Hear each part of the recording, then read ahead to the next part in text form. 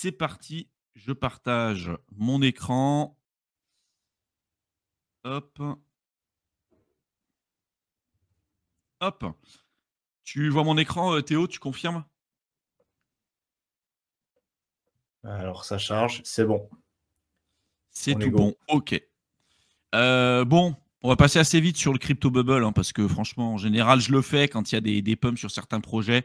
Là, franchement, bon, on va pas parler d'EOS, hein, c'est un projet qui est dead. J'en vois encore qui en parlent en expliquant que ça va être l'Ethereum killer. J'ai revu un thread la dernière fois d'un mec qui représentait sa thèse d'investissement sur la partie EOS.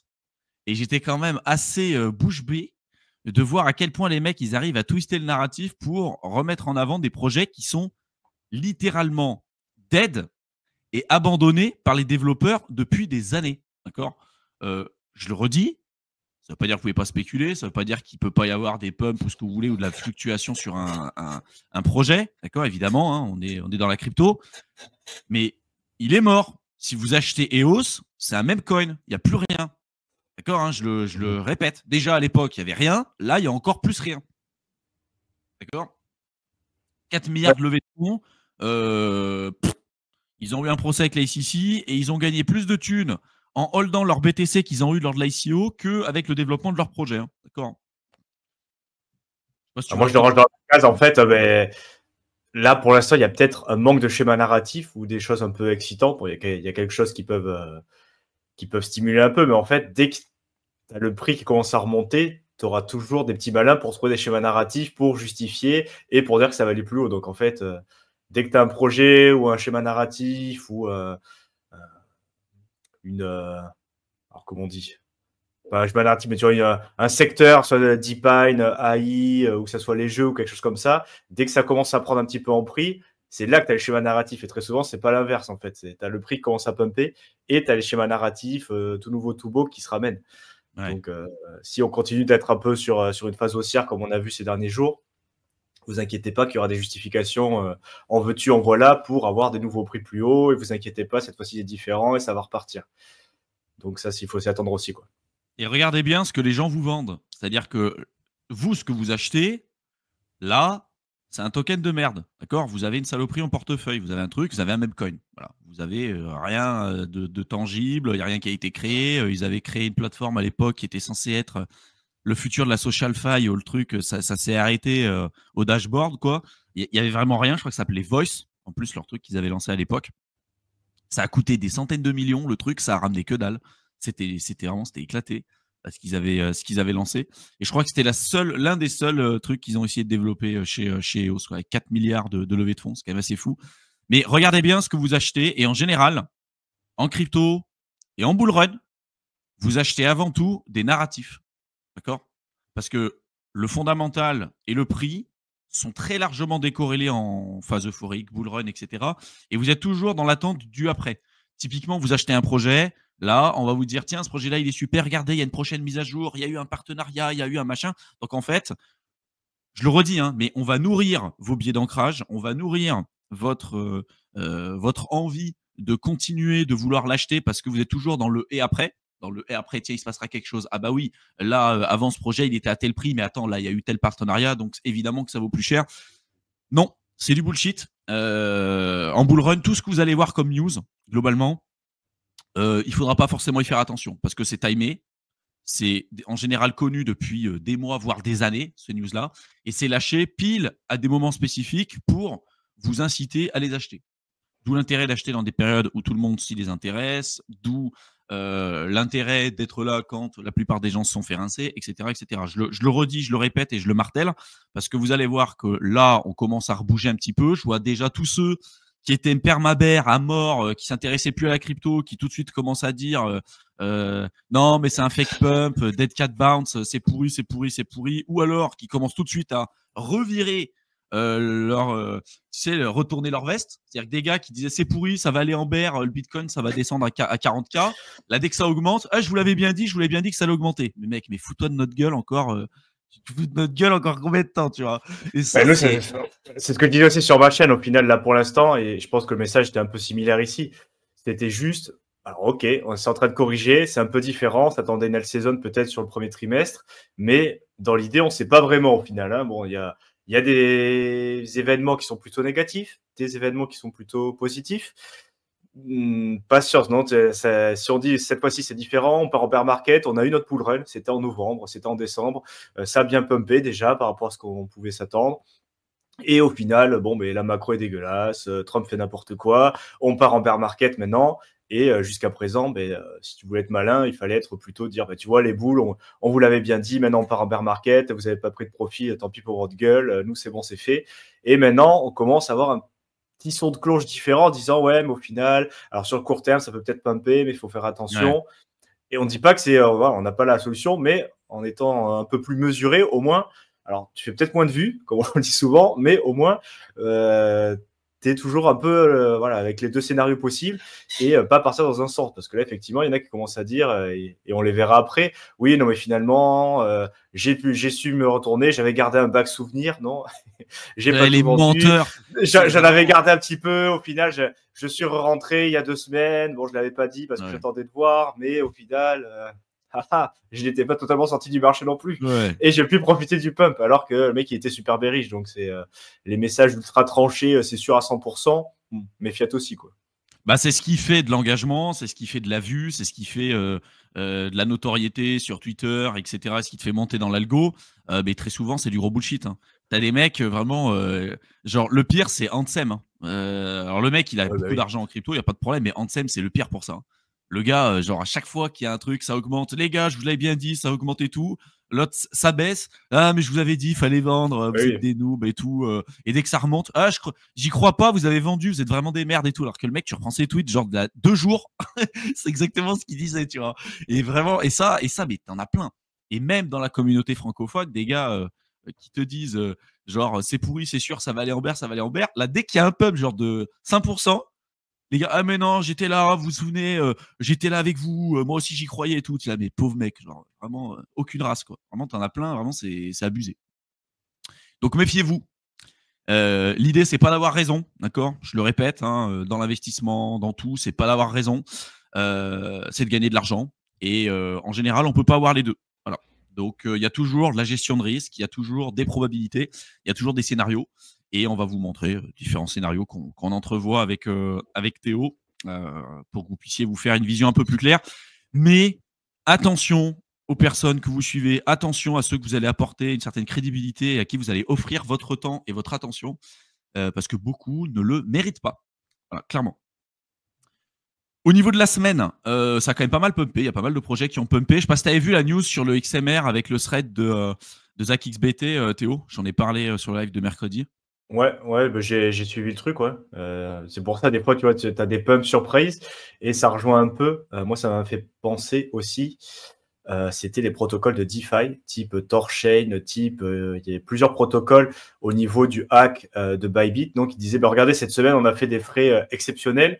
Le protocole est très utilisé. Alors que c'était juste les Nord-Coréens qui étaient en train de blanchir leurs fonds ou de les faire transiter au moins à travers leur protocole. Et là, le XMR, si j'ai bien vu passer la news, alors apparemment, ça serait un citoyen américain, US citizen, qui s'est fait social engineer, enfin qui s'est fait hacker socialement, alors 300 millions en BTC, et ils en ont fait passer une partie par XMR, et du coup, bon, forcément, ça fait pumper le prix, mais c'est juste une bougie verte en fait, parce qu'ils ont passé,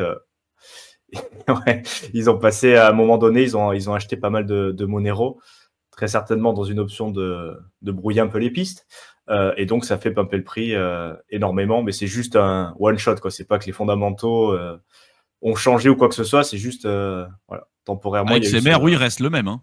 XMR à 20 centimes, 1 dollar, 227 ou 310, fondamental reste identique. Et aujourd'hui, le seul projet, je disais, qui apporte vraiment de l'anonymat à 100%, qui a été créé pour ça, quoi. Et là, pour le coup, les fonds, donc c'était un peu plus de 300 millions, c'était 3500 BTC, un truc comme ça, 3560 BTC, et en gros, ça pourrait 330 millions. Et du coup, les mecs, ils s'amusaient à suivre sur BTC, tiens, il l'envoie où et tout. Zach XBT fait pas mal d'analyse on-chain et il est très bon là-dessus. Il a toute une équipe de chercheurs sur ça. Et quand il allait sur Monero, c'était bon, bah là, les gars, c'est dead. On peut plus suivre. Il n'y a pas d'explorateur Ouais. de blockchain, il n'y a plus rien, c'est plus qui a quoi. Bon, les fonds sont partis, ils sont dedans, mais plus traçable, quoi. Il n'y a pas un projet qui fait ça, hein. C'est-à-dire que ceux qui s'intéressent un peu à l'anonymat, confidentialité et tout, c'est le seul qui fait ça aujourd'hui. Voilà. Ceux qui commencent à dire ouais, mais il y a Zcash, tout ce machin, non, ça n'a rien à voir, c'est pas du tout le même process, c'est pas du tout le même type de fonctionnement, c'est pas du tout le même type d'anonymat. Il y en a un qui est optionnel, il y en a un qui est obligatoire, donc ça a rien à voir. Voilà. Ouais, et Un là, pour le coup, projet moi, je suis pas d'accord avec Barry Silbert parce qu'il me semble dans l'interview avec Raoul Pal où il parle de Tao, lui, il est à fond Zcash, mais pour le coup, là, je suis pas du tout sur Zcash. non, non. Et puis tu regardes la tokenomics de Zcash, et puis alors la charte de Zcash, frérot, c'est une calamité. Hein. Je sais pas si vous l'avez déjà vu, les gars, la charte du Zcash. Attends, mais faut que je vous montre quand même. Tant qu'on y est. Hein. Et on pourrait faire le débrief d'expliquer, parce que l'historique, pareil, je le connais très bien. Hein. Mais c'est quand même assez dingue. Vous allez juste voir la charte, et vous allez me dire, je vais acheter ça.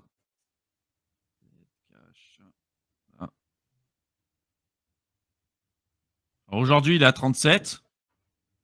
Voilà. Regardez sur tout. Voilà. Ça, c'est la charte du Zcash depuis 2017. Donc, il était en 2016, même 2016, 2000 balles. Et puis alors, en bull run. Alors, le bull run de 2017-2018, il est monté quand même à 700. Le précédent cycle de 2021, il est monté à 300 balles. Et là, il est à 30. Voilà. Donc, vous verrez. Il est en range d'accumulation, là, tout le monde, ça va péter. Hein. Ouais, tout le monde, ça a pété, là. Là, on est un triangle de compression de l'extrême, là. Voilà. 7 Donc, ans, la 7 ans charte, d'accumulation. non, mais vraiment, il est pourri, pourri. Vous avez sous-performé le BTC à des années-lumière et bien pire que d'autres projets. Voilà, regardez les performances depuis la création du Zcash. Hein. Voilà. Donc c'est comme tout, c'est pas à l'abri, Le ça même augmente coin. un peu à un moment donné.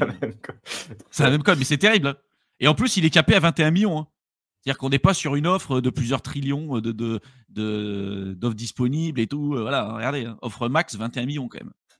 Et c'est un truc qui est backé par beaucoup de VC. Tout le monde en parle en disant Zcash, c'est super parce qu'à l'époque, Zoco, qui était le dev principal, qui est clairement pas con, hein, vraiment très bon dans justement tout ce qui est privacy, etc., avait développé le Zero Knowledge aussi. C'était un peu lui qui avait mis ça en avant. Sauf que le problème, c'est que la confidentialité, elle est optionnelle en fait sur Zcash. Et après, quand tu le compares vraiment par rapport au ring signature, stealth address et plein d'autres trucs qui ont été développés sur Monero, en fait, tu te rends compte que c'est vraiment le jour et la nuit. Quoi. Ça a rien à voir. Quoi. Il y en a un qui est backé par des VC, l'autre pas du tout. Il y en a un qui est ultra communautaire. Tu connais même pas les vrais devs. Tu avais Riccardo Spagni qui est un peu le dev mis en avant par XMR. Mais même lui, c'est pas le fondateur, c'est un lead développeur, mais communautaire en fait, au même titre que BTC en fait. Quoique, BTC, tu as même une fondation sur BTC. Ça, pareil, on pourra en parler pendant des plombs pour ceux qui ont lu le livre de Roger Ver. Donc, fondateur de Bitcoin Cash. Mais voilà, c'est pour ça que tous ceux, en fait, qui quand ils commencent à parler d'anonymat et tout, en fait, tu te rends compte, la plupart, ils maîtrisent rien. Et ils font répéter des trucs qu'on leur a dit et ils n'ont jamais utilisé la blockchain. En fait, tu vas sur Zcash, tu as des explorateurs de blockchain. Hein. Un projet qui est censé être, anonyme et tout, vous pouvez voir qui a quoi à n'importe quel moment. Vous me parlez d'anonymat, c'est du gros foutage de gueule. Hein. Voilà. Petit aparté sur le sujet quand même, les gars. Donc sur la semaine, il y a eu une petite augmentation avec certains projets, anciens narratifs. Vous vous souvenez, un Virtual Protocol qui était un projet dont on entendait énormément parler il y a quelques mois quand même, hein, mais en crypto. Ça change quand même très vite. Là, petit pump, d'accord, un petit x2. A16Z, je ne l'ai pas forcément vu non plus. Ouais, mais il y a eu un rebond sur la catégorie agent IA. Donc les projets qui ont bien performé sont remontés, dont Virtual. Hein. On a parlé un petit peu, bon, vous avez vu les fondamentaux, on ne va pas refaire le topo, mais sachez aussi que ça bouge. Tant qu'on on parle de Bitensor, il y a Chute, donc le premier subnet de Bitensor qui a lancé hier Squad, qui est une plateforme d'argent IA aussi. Donc peut-être un peu plus de fondamentaux. Donc si ça vous intéresse, sachez qu'il y a cette info et vous pouvez créer facilement, en fait, c'est une plateforme no code pour créer des agents IA mais cette fois-ci dans l'écosystème BitTensor, avec ce subnet chute qui fait pas que ça, qui se spécialise sur les inférences, mais il a des projets annexes, dont Squad qui s'est lancé hier. Donc potentiellement, voilà, il y a un petit regard d'intérêt sur les agents IA. Je sais pas l'impact de cette news dans toute cette histoire-là, mais bon, sachez que la news est là. Et même si on peut fade un peu la catégorie, parce que c'est vrai que pour le coup, les premiers agents sur Virtual, même sur des subnets comme DP, aussi des choses comme ça, je pense qu'il y a beaucoup de gens qui voient pas trop l'intérêt, hein, concrètement. Moi, j'étais en train de discuter sur le Discord, même de BitTensor, les mecs qui comprennent pas en fait comment on peut vouloir parler avec des waifus, des trucs un peu, voilà, ce genre de choses. Mais il y a aussi d'autres cas d'utilisation, notamment ce qui arrive sur Squad. Donc, à mon avis, il y aura quand même de l'utilité sur les agents IA, même si ce qu'on a vu sur la première itération avec Virtual et AX16Z. AX16Z. AX16Z, bon, c'était pas forcément la phase finale et la plus utile, on est d'accord. Mais voilà, il y a quand même un schéma narratif autour de tout ça, donc à suivre. C'est sûr qu'il y aura des intérêts et des usages intéressants pour la suite, mais jusqu'à présent, ça a été un peu l'opportunité pour beaucoup de gens de relancer la vague Memecoin. En fait, à l'époque, il y a quelques mois en arrière, jusqu'à quelques mois en arrière, il y avait eu toute la vague Memecoin, et en parallèle de cette vague, il y avait le narratif de l'IA où les gens comprenaient même pas pourquoi. Pourquoi on mettait de l'IA de partout, quoi. C'était en mode, tiens, l'IA, c'est hype en ce moment, et bah vas-y, on va mettre IA à l'intérieur, et puis on va faire un mix. Et en fait, c'était un gros mix entre les deux narratifs qui performaient bien, donc l'intelligence artificielle et puis le Memecoin. Mais comme à chaque fois, plus de 99% des projets, c'était de la pure daube. Et même pire, des moments que les Memecoins, parce que les Memecoins, en fait, la plupart du temps, ils se cachaient même pas. C'est-à-dire qu'on savait que c'était de la merde, mais ils se cachaient pas. Il y avait même pas de volonté de cacher ou de faire croire qu'il y avait un fondamental, alors que là, il y avait des fois une volonté clairement de tromper, quoi. C'était en mode, ouais, vous inquiétez pas, les gars, nous, on va révolutionner l'IA et tout. Alors qu'en fait, c'était des trucs qui servaient à rien et qui encore une fois, pump and dump.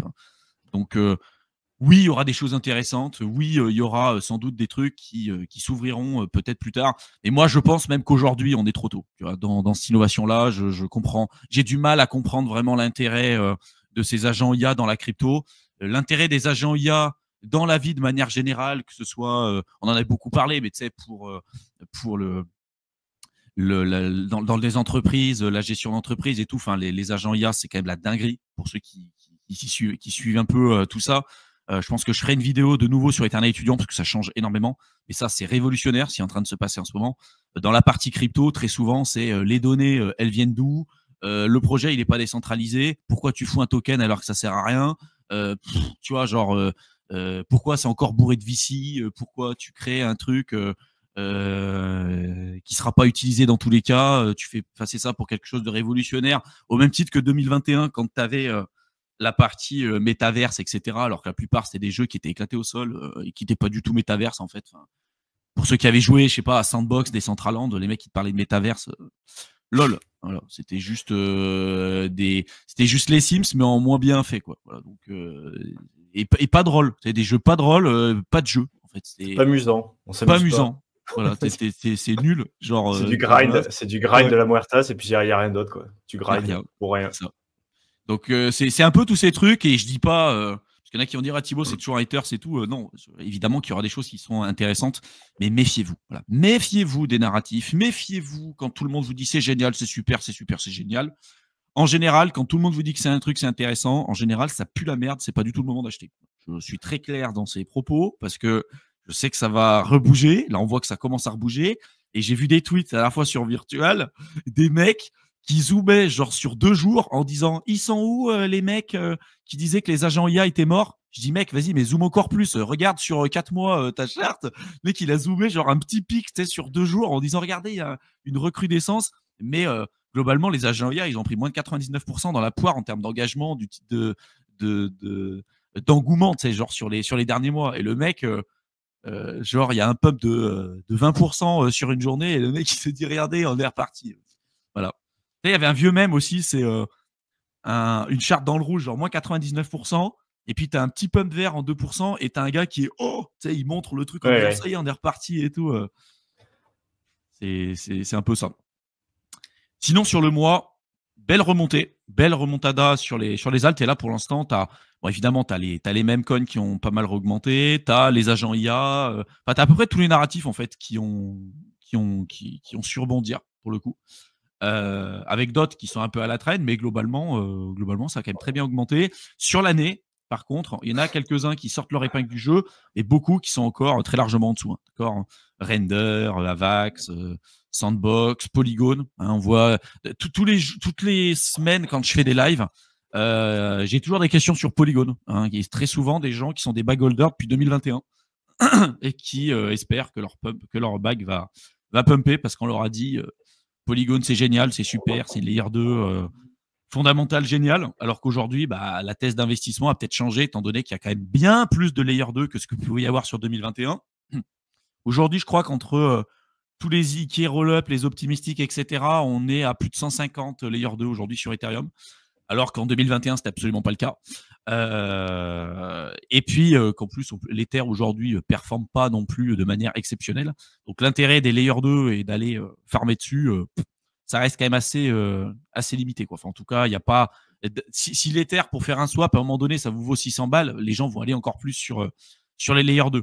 Avec Dankun et Pectra, ça va encore plus s'accélérer parce que l'objectif, ça a été d'accentuer la mouvance des fonds vers les layer 2 et ça va continuer de cette manière-là avec Pectra parce qu'ils vont multiplier par 2 la capacité des blobs. Donc ça, pareil, on sera amené à en parler si ça intéresse.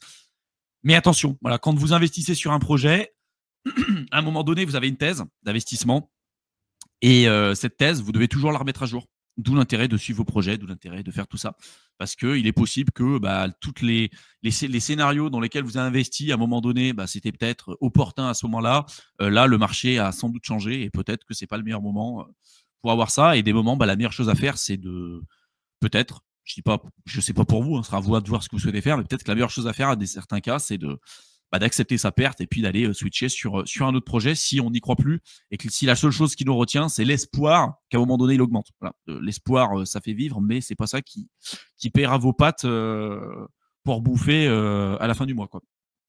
Je sais pas si tu veux rebondir là-dessus, Théo, avant qu'on passe sur les ETF. Non, mais bon, moi je suis d'accord. Après, je voulais juste prendre la question de Kobayashi où il dit ces projets IA comme Tao sont vraiment utilisables par les entreprises. Et ça, c'est une très bonne question pour le coup parce que c'est vrai que j'avais vu passer des rapports sur l'IA où il y avait, je pense, 98% en fait des données des entreprises où les entreprises n'utilisaient pas l'IA pour leurs données, tout simplement parce qu'il y a des problèmes de confidentialité. Hein. Quand tu utilises OpenAI, ça va être privé côté américain. Donc, en fait, tu donnes tes données personnelles à une entreprise américaine. Si tu vas du côté de DeepSeek, tu les donnes à la Chine. Mais dans les deux cas, tu partages tes données personnelles et tu sais pas trop comment elles sont utilisées. Et pour le coup, Tao, il y a des projets, des subnets, notamment Rayon Labs avec ses 3 subnets, qui travaillent sur le fait de pouvoir utiliser des modèles open source décentralisés et où justement, tu partages pas forcément tes données avec les mineurs. Non, il y a des mécanismes en place. Donc, c'est un peu technique. Moi, j'ai pas fini de creuser tout ça, mais dans tous les cas, il y a cette possibilité donc, où les mineurs et ceux qui font le travail derrière ne voient pas forcément les prompts et ce qu'a donné l'utilisateur. Donc, potentiellement, il y a des use cases, non, il y a des possibilités. C'est encore très vert. Pour l'instant, je ne dis pas que les entreprises vont FOMO les startups, les subnets de Tao, mais la possibilité est là. Donc, à voir si ça sera utilisé. Mais effectivement, en fait, c'est une vraie problématique pour les entreprises parce que tu vois l'opportunité. Mais si tu n'as pas quelqu'un pour développer en interne un modèle d'IA maison qui partage pas les données, la plupart du temps, c'est pas une bonne idée de balancer tes fichiers compta, de balancer des données propriétaires, des brevets, des choses comme ça sur OpenAI ou sur DeepSeek ou sur n'importe quel outil que tu n'as pas vraiment de contrôle sur comment sont gérées ces données. Donc, c'est pour ça que les entreprises sont encore assez frileuses de les utiliser à plus grande échelle. Mais si jamais on arrive à résoudre ce problème, ça sera beaucoup plus utilisé, et tout en sachant qu'il y a déjà des entreprises, j'en connais, qui ont développé en interne en fait des outils d'IA, alors qu'ils sont peut-être pas aussi performants que les derniers modèles, Llama, GPT, ils ont peut-être pas les derniers modèles, mais ils ont développé leur truc en interne pour justement garder le contrôle sur les données, comme il y a des entreprises aussi qui ont des traducteurs.